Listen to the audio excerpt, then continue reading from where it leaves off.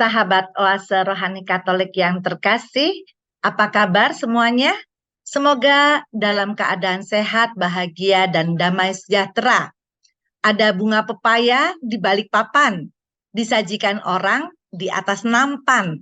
Janganlah menjauh dari Tuhan agar kita beroleh pertolongan dan keselamatan. Senang sekali saya Margaret Indriana dapat kembali menemani sahabat dalam acara kita Oase Rohani Katolik. Hari ini hari Minggu biasa ke-31. Jangan tinggalkan aku, ya Tuhan Allahku, janganlah jauh daripadaku. Segeralah menolong aku, ya Tuhan, keselamatanku. Hadir bersama saya Romo Silverius Andang Kencana Aji SDB, akrab disapa Romo Andang. Selamat datang Romo Andang, apa kabar? Baik, terima kasih. Kabar saya puji Tuhan sungguh sangat baik, dalam keadaan sehat selalu. Dan saya berharap juga Ibu Margaret dan juga para sahabat Oase Rohani Katolik dalam keadaan sehat dan baik juga di dalam perlindungan Tuhan. Amin, terima kasih Romo. Kami senang bahwa Romo bisa meluangkan waktu untuk memberikan inspirasi untuk kami semua. Sahabat Oase Rohani Katolik yang terkasih, marilah pada kesempatan saat ini kita memulai dengan doa yang akan dipimpin oleh Romo Andang. Marilah kita berdoa. Dalam nama Bapa dan Putra dan Roh Kudus. Amin. Amin. Allah yang Maha Kasih, Allah yang penuh cinta, kami bersyukur memuji nama-Mu atas segala penyelenggaraan yang telah Engkau berikan kepada kami, sehingga kami dapat mampu hadir di dalam kehidupan sekarang ini. Di hari ini, kami mengucap syukur atas penyertaan-Mu, sehingga kami siap untuk mendekatkan diri kepada-Mu melalui doa-doa kami. Tolonglah kami, bimbinglah kami, agar kami mampu menggunakan semua yang kami punya.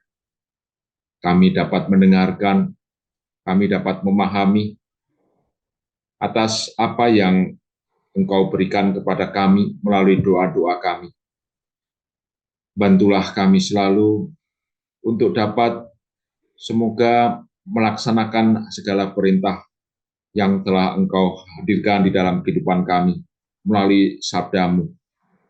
Tuhan, kami mohon ini semuanya dengan perantaraan Kristus Tuhan dan pengantara kami, yang hidup dan berkuasa bersama Dikau dan dalam persatuan dengan Roh Kudus, Allah kini dan sepanjang segala masa. Amin. Amin. Dalam nama Bapa, Bapa dan Putra dan Roh Kudus. Amin. Terima kasih Romo. Sahabat Oase Rohani Katolik yang terkasih, pada kesempatan ini saya akan membacakan bacaan dari bacaan dari Nubuat Maleaki bab 1 ayat 14b sampai bab 2 ayat 2b, dilanjutkan ayat 8 sampai 10. Aku ini Raja yang besar, firman Tuhan semesta alam, dan namaku ditakuti di antara bangsa-bangsa. Maka sekarang kepada kamulah tertuju perintah ini, hai para imam. Jika kamu tidak mendengarkan dan jika kamu tidak memberi perhatian untuk menghormati namaku, maka aku akan mengirimkan kutuk ke antaramu dan akan membuat berkat-berkatmu menjadi kutuk. Kamu telah menyimpang dari jalan. Dengan pengajaranmu, kamu membuat banyak orang tergelincir. Kamu merusakkan perjanjian dengan Lewi, firman Tuhan semesta alam. Maka aku pun akan membuat kamu hina dan rendah bagi seluruh umat ini. Oleh karena kamu tidak mengikuti jalan yang kutunjukkan, dan kamu memandang bulu dalam pengajaranmu. Bukankah kita sekalian mempunyai satu Bapa? Bukankah satu Allah yang menciptakan kita? Lalu mengapa kita berkhianat satu sama lain dan dengan demikian menajiskan perjanjian nenek moyang kita? Demikianlah sabda Tuhan. Syukur kepada Allah. Sahabat Oase Rohani Katolik yang terkasih, marilah kita menanggapi bacaan pertama dengan Mazmur tanggapan.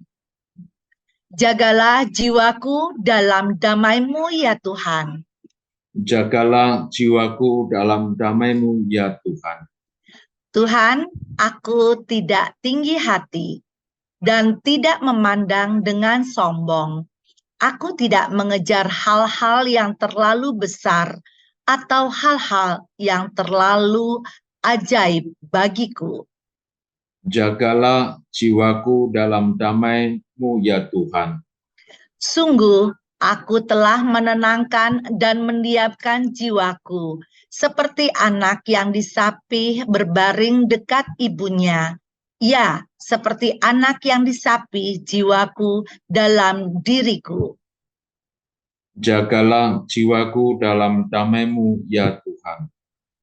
Berharaplah kepada Tuhan, hai Israel, dari sekarang sampai selama-lamanya. Jagalah jiwaku dalam damai-Mu ya Tuhan. Sahabat Oase Rohani Katolik yang terkasih, kita lanjutkan dengan bacaan kedua dari surat pertama Rasul Paulus kepada jemaat di Tesalonika, bab 2 ayat 7b sampai ayat 9, dilanjutkan ayat 13. Saudara-saudara, sama seperti seorang ibu mengasuh dan merawati anaknya, demikianlah besarnya kasih sayang kami kepadamu, sehingga kami rela berbagi dengan kamu bukan hanya Injil Allah, melainkan juga hidup kami sendiri. Karena kamu memang kami kasihi. Kamu tentu masih ingat akan usaha dan jerih payah kami, sebab sementara kami bekerja siang malam agar jangan menjadi beban bagi siapapun di antara kamu, kami memberitakan Injil Allah kepada kamu. Karena itulah kami tak putus-putusnya mengucap syukur kepada Allah, sebab kamu telah menerima sabda Allah yang kami beritakan itu. Pemberitaan kami telah kamu terima bukan sebagai perkataan manusia, melainkan sebagai sabda Allah, sebab memang demikianlah adanya. Sabda Allah itu bekerja giat dalam diri kamu yang percaya. Demikianlah sabda Tuhan. Syukur kepada Allah. Sahabat Oase Rohani Katolik yang terkasih, marilah kita menyiapkan hati kita untuk mendengarkan bacaan Injil yang akan dibawakan oleh Romo Anda. Bait pengantar Injil. Haleluya, haleluya. Haleluya, haleluya. Hanya satulah Bapamu, yaitu Dia yang di surga. Hanya satulah pemimpinmu, yaitu Kristus. Haleluya, Haleluya, haleluya. haleluya. Bacaan Injil yang akan kita dengarkan dari Injil Matius bab 23 ayat 1 sampai 12. Tuhan bersamamu. Dan bersama rohmu. Inilah Injil suci menurut Matius. Dimuliakanlah Tuhan. Sekali peristiwa berkatalah Yesus kepada orang banyak dan kepada ahli dan kepada murid-muridnya. Ahli-ahli Taurat dan orang-orang Farisi telah menduduki kursi Musa. Sebab itu, turutilah dan lakukanlah segala sesuatu yang mereka ajarkan kepadamu. Tetapi janganlah kamu turuti perbuatan-perbuatan mereka, karena mereka mengajarkannya tetapi tidak melakukannya. Mereka mengikat beban-beban berat lalu meletakkannya di atas bahu orang, lalu meletakkannya, tetapi mereka sendiri tidak mau menyentuhnya. Semua pekerjaan yang mereka lakukan hanya dimaksud supaya dilihat orang. Mereka memakai tali sembahyang yang lebar dan jumbai yang panjang. Mereka suka duduk di tempat terhormat dalam perjamuan dan di tempat terdepan di rumah ibadat.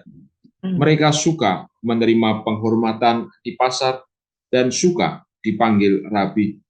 Tetapi kamu, janganlah kamu disebut rabi, karena hanya satu rabimu, dan kamu semua adalah saudara.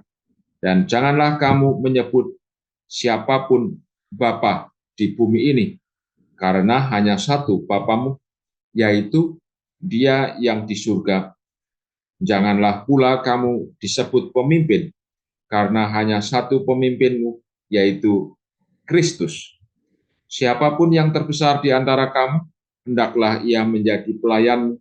Barang siapa meninggikan diri, ia akan direndahkan, dan barang siapa merendahkan diri, ia akan ditinggikan. Demikianlah sabda Tuhan. Terpujilah Kristus. Sahabat Oase Rohani Katolik yang terkasih, marilah kita mendengarkan inspirasi yang akan dibawakan oleh Romo Andang. Romo, dari bacaan pertama dari Nubuat Maleaki, inspirasi apa yang ingin Romo sampaikan untuk Margaret dan juga sahabat Oase Rohani Katolik dimanapun berada, Romo? Baik, para sahabat Rohani Katolik, Oase Rohani Katolik yang berbahagia, di hari ini kita bisa mendapatkan apa yang disampaikan, terutama juga adalah dari kitab Maleaki, dari surat Rasul Paulus kepada jemaat di Tesalonika maupun dari bacaan Injil Matius, itu kebanyakan memang ditujukan untuk para gembala umat, yaitu para imam, atau untuk para pemimpin umat. Marilah kita melihat apa yang disabdakan Tuhan di dalam bacaan hari ini.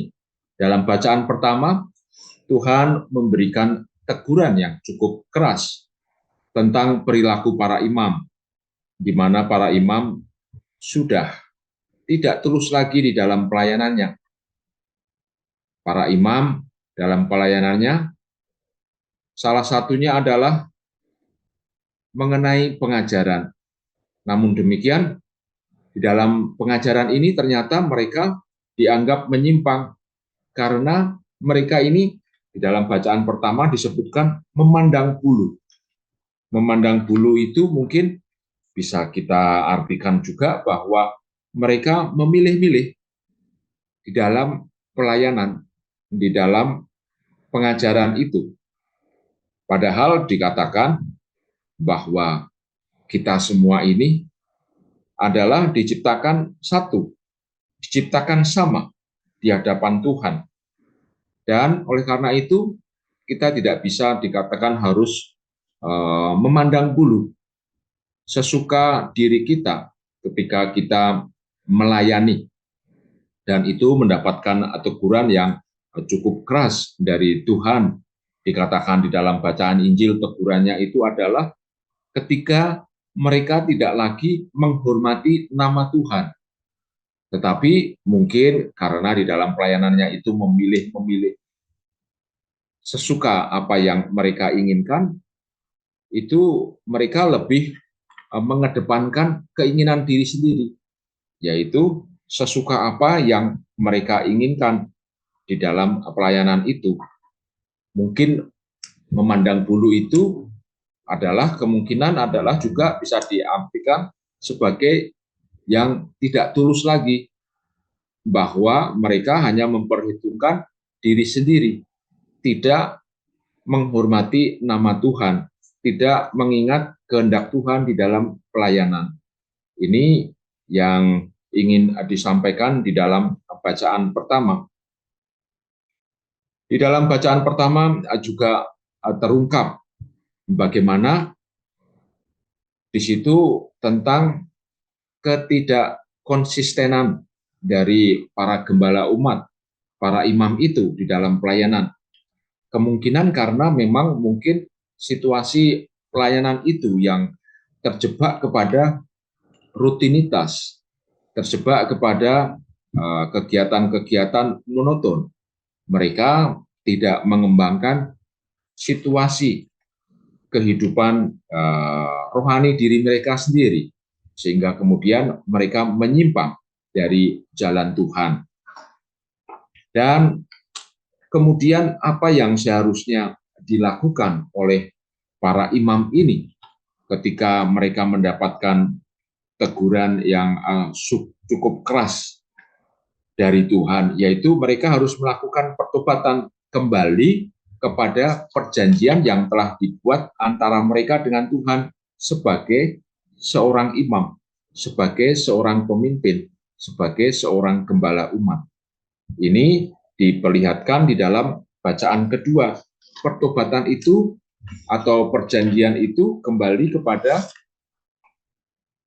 perilaku sejati seorang gembala umat, yaitu untuk dapat memberikan pelayanan berdasarkan cinta kasih. Dikatakan di dalam bacaan kedua dari surat pertama Rasul Paulus kepada jemaat di Tesalonika itu adalah, demikianlah besarnya kasih sayang kami kepada kamu, sehingga kami rela membagi apa yang kami didapat dari sabda Tuhan di dalam pelayanan dengan memberikan kasih kepada setiap orang yang dijumpai. Ini dikatakan di dalam bacaan kedua itu.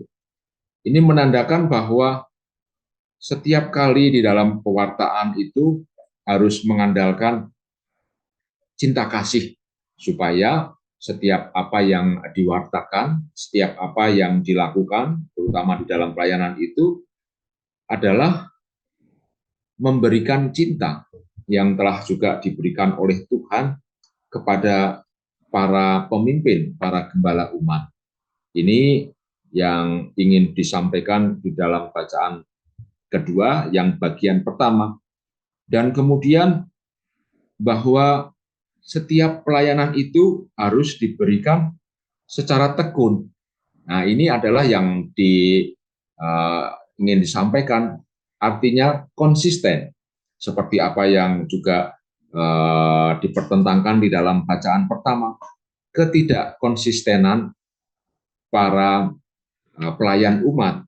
Dan kemudian di dalam bacaan kedua dikatakan tentang konsistennya itu seperti apa, yaitu tidak putus-putusnya untuk mengucap syukur tentang penerimaan sabda Allah dan kemudian membagikannya. Ini artinya harus kita itu selalu setia dan tekun di dalam setiap pelayanan yang kita punyai, bahwa apa yang kita berikan itu harus sama mulai dari awal hingga akhir, tidak terputus. Dan di dalam bacaan pertama maupun bacaan kedua ini kita mendapatkan ketidakkonsistenannya itu karena tergerus oleh hal-hal misalnya kebosanan atau kemudian rutinitas yang membelenggu misalnya, dan kemudian juga penawaran-penawaran duniawi yang kadang-kadang menjadikan terlena bagi para pekerja atau pelayan umat ini. Ya, yang dikatakan di situ di dalam bacaan kedua itu bahwa dikatakan tentang bagaimana mereka bekerja siang malam dengan segala jerih payah. Kadang-kadang itu membuat kelelahan. Kadang-kadang itu membuat mungkin bisa menggerus menggerus kelemahan-kelemahan kita, sehingga kelemahan-kelemahan kita itu menjadi muncul karena kita merasa kelelahan. Dan di dalam bacaan pertama dan di dalam bacaan kedua, kita harus melihat bahwa dengan segala kekuatan yang kita punya itu, terutama karena kita mendasarinya berdasarkan cinta kasih, maka sebenarnya segala apa yang kita hadapi, termasuk mungkin juga kelelahan ataupun rutinitas dan lain sebagainya itu dapat kita selesaikan, dapat kita pahami, dan pada akhirnya bisa menjadikan kita mempunyai kekuatan kembali untuk memberikan pelayanan yang baik. Ini yang bisa saya sampaikan di dalam sesi pertama ini tentang bacaan pertama dan bacaan kedua, yang pada intinya adalah ditujukan untuk para gembala umat, dan nantinya juga kita akan korek apakah itu hanya semata-mata untuk para gembala umat, bahwa kita konsisten untuk melayani umat dengan tulus, atau juga sebenarnya ini juga bisa ditujukan untuk para umat sendiri. Baik, terima kasih Romo Andang yang sudah memberikan inspirasi untuk Margaret dan juga sahabat Oase Rohani Katolik. Romo, kalau tadi dikatakan bahwa gembala umat dalam melayani umat ataupun juga umat sendiri, awam yang melayani umat di lingkungan, di wilayah dan seterusnya, betul yang Romo katakan, terkadang ada keletihan, terkadang juga manusiawi melihat, aduh mendingan tidur ya, habis seharian bekerja, mesti melayani lagi ke lingkungan ataupun ke paroki, aduh capek ya, mending istirahat aja. Nah, berkaitan dengan kelemahan-kelemahan yang tadi Romo sampaikan, bahwa terkadang itu tergerus kelemahan-kelemahan itu, dan malah muncul kelemahan itu semakin besar di diri manusia, juga di diri Margaret. Nah, kira-kira kiat-kiat apa yang Romo bisa bagikan untuk Margaret dan juga sahabat Oase Rohani Katolik, Romo? Selain tadi ucapan syukur yang di bacaan kedua sudah disampaikan, Romo. Ya, kita mendasarinya atas dasar hukum cinta kasih Tuhan. Ini yang harus kita sadari, bahwa setiap pelayanan kita itu mampu menyelamatkan diri sendiri dan orang lain yang kita temui itu.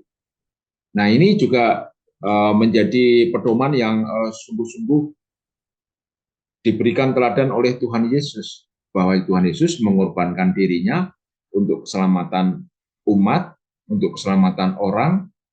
Kita juga melakukan hal yang sama, meskipun pengorbanan kita itu dalam bentuk memberikan waktu, tenaga, perhatian, dan lain sebagainya, itu dirasa masih kecil misalnya dibandingkan dengan apa yang dilakukan oleh Tuhan Yesus. Jadi kita tahu bahwa setiap apa yang kita lakukan itu untuk keselamatan orang lain.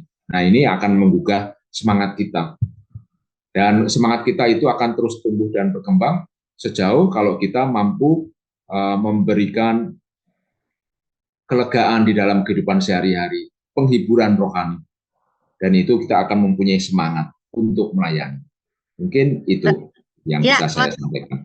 Makasih Romo, berarti ujung-ujungnya adalah hukum cinta kasih yang Tuhan sudah ajarkan kepada kita.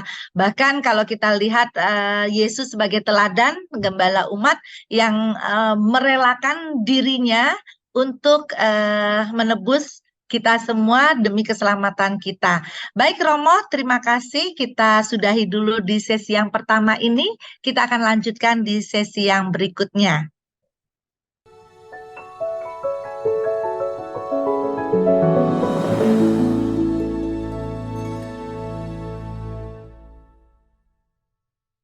Sahabat Oase Rohani Katolik yang terkasih, masih bersama kami Romo Andang dan Margaret. Bagi Anda yang ingin menyampaikan pertanyaan, dapat mengirimkannya ke alamat email orkkaj2021@gmail.com atau melalui HP 0881 0251 33438. Baiklah, kita lanjutkan Romo Andang dari bacaan Injil pada hari ini dari Injil Matius. Inspirasi apa yang ingin Romo sampaikan untuk Margaret dan juga sahabat Oase Rohani Katolik, Romo? Ya, baik Ibu Margaret dan para sahabat Oase Rohani Katolik yang terkasih, dari bacaan Injil masih kita dapat hal yang sama, yaitu tentang teguran yang cukup keras dari Tuhan Yesus untuk para ahli-ahli Taurat dan orang-orang Farisi yang menjadi pemimpin rohani, pemimpin spiritual di dalam umat Israel. Itu teguran keras itu juga tentu saja ditujukan bagi para pemimpin umat ataupun gembala umat pada masa sekarang dan para pelayan umat itu sendiri, tentang satu hal yang juga menjadi garis bawah di dalam permenungan kita, yaitu tentang keteladanan yang harus kita lakukan sebagai pelayan umat. Itu harus melakukan pekerjaan-pekerjaan atau kegiatan-kegiatan yang kita punyai sesuai dengan apa yang kita ajarkan atau kita sampaikan kepada orang lain mengenai sabda atau firman Tuhan. Karena apa? Karena ini menjadi penekanan, kita melihat bahwa apa yang dilakukan oleh para ahli Taurat maupun orang-orang Farisi yang ditegur oleh Tuhan Yesus itu adalah mereka tidak melakukan dengan konsisten atau tidak konsekuen atas apa yang mereka ajarkan, yaitu mereka hanya mau membebankan peraturan-peraturan ataupun perintah-perintah Tuhan ataupun sabda Tuhan itu hanya kepada orang lain, hanya kepada umat, tetapi tidak mereka terapkan kepada diri mereka sendiri sebagai pewarta sabda Tuhan.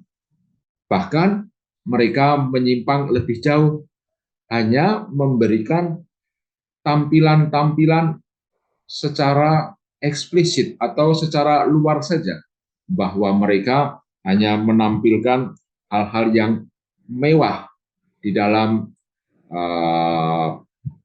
perwujudan fisik mereka. Mereka mengenakan jubah yang mewah dan kemudian merasa bahwa mereka membutuhkan kehormatan di dalam setiap kegiatan mereka, baik itu di tempat kegiatan-kegiatan rohani maupun di tempat-tempat umum seperti di pasar.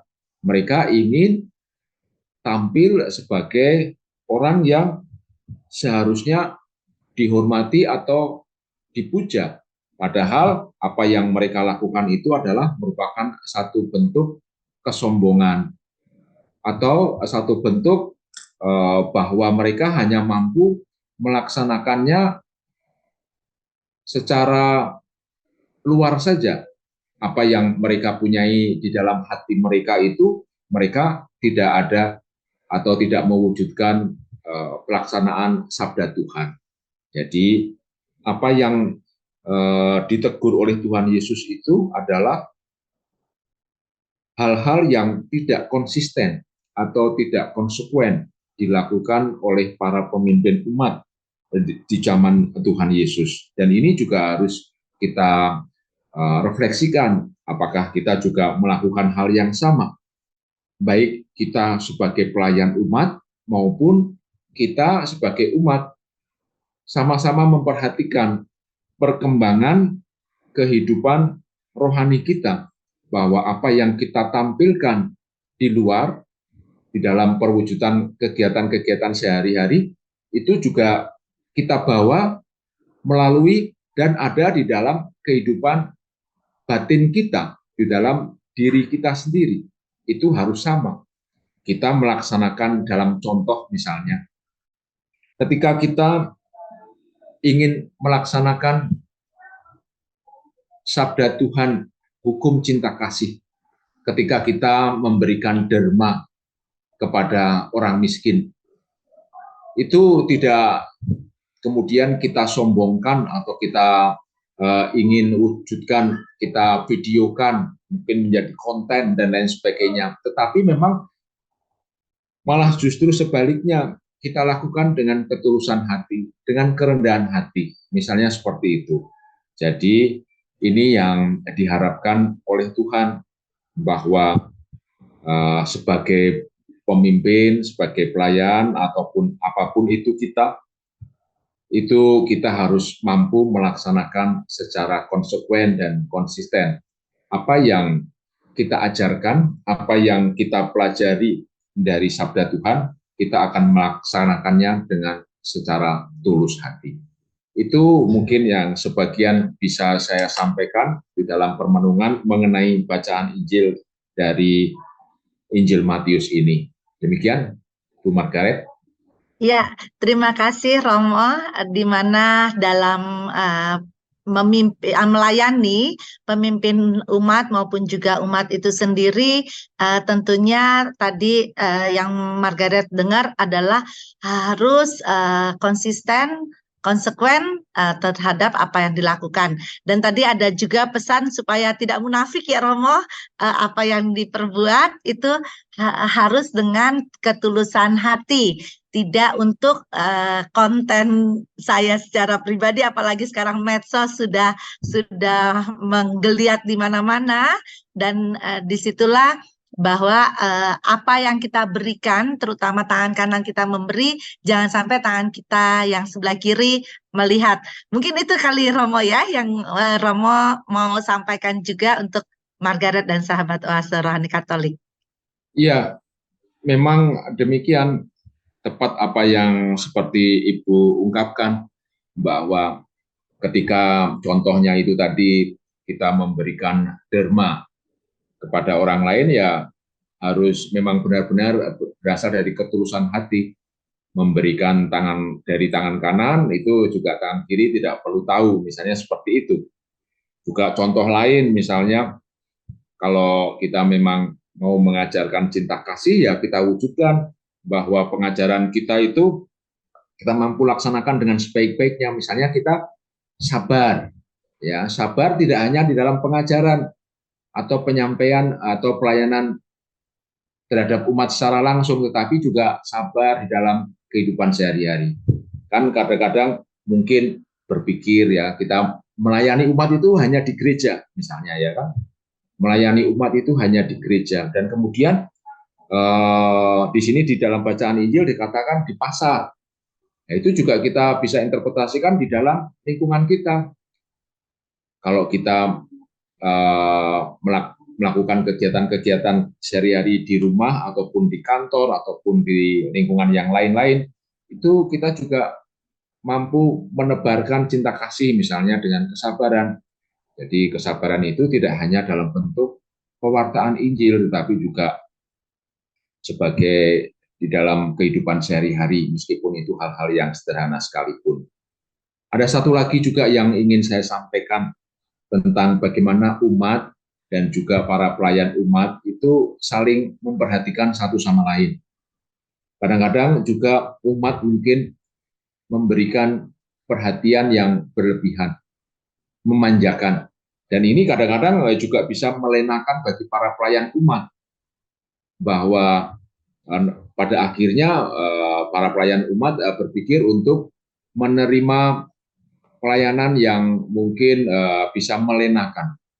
Nah, ini menjadi permenungan juga, bahwa kita bisa saling memberikan perhatian dengan sebaik-baiknya, sesuai dengan kapasitas kita sebagai pelayan dan juga sebagai umat yang memberikan pelayanan dengan baik, tidak memanjakan dan tidak merasa dimanjakan.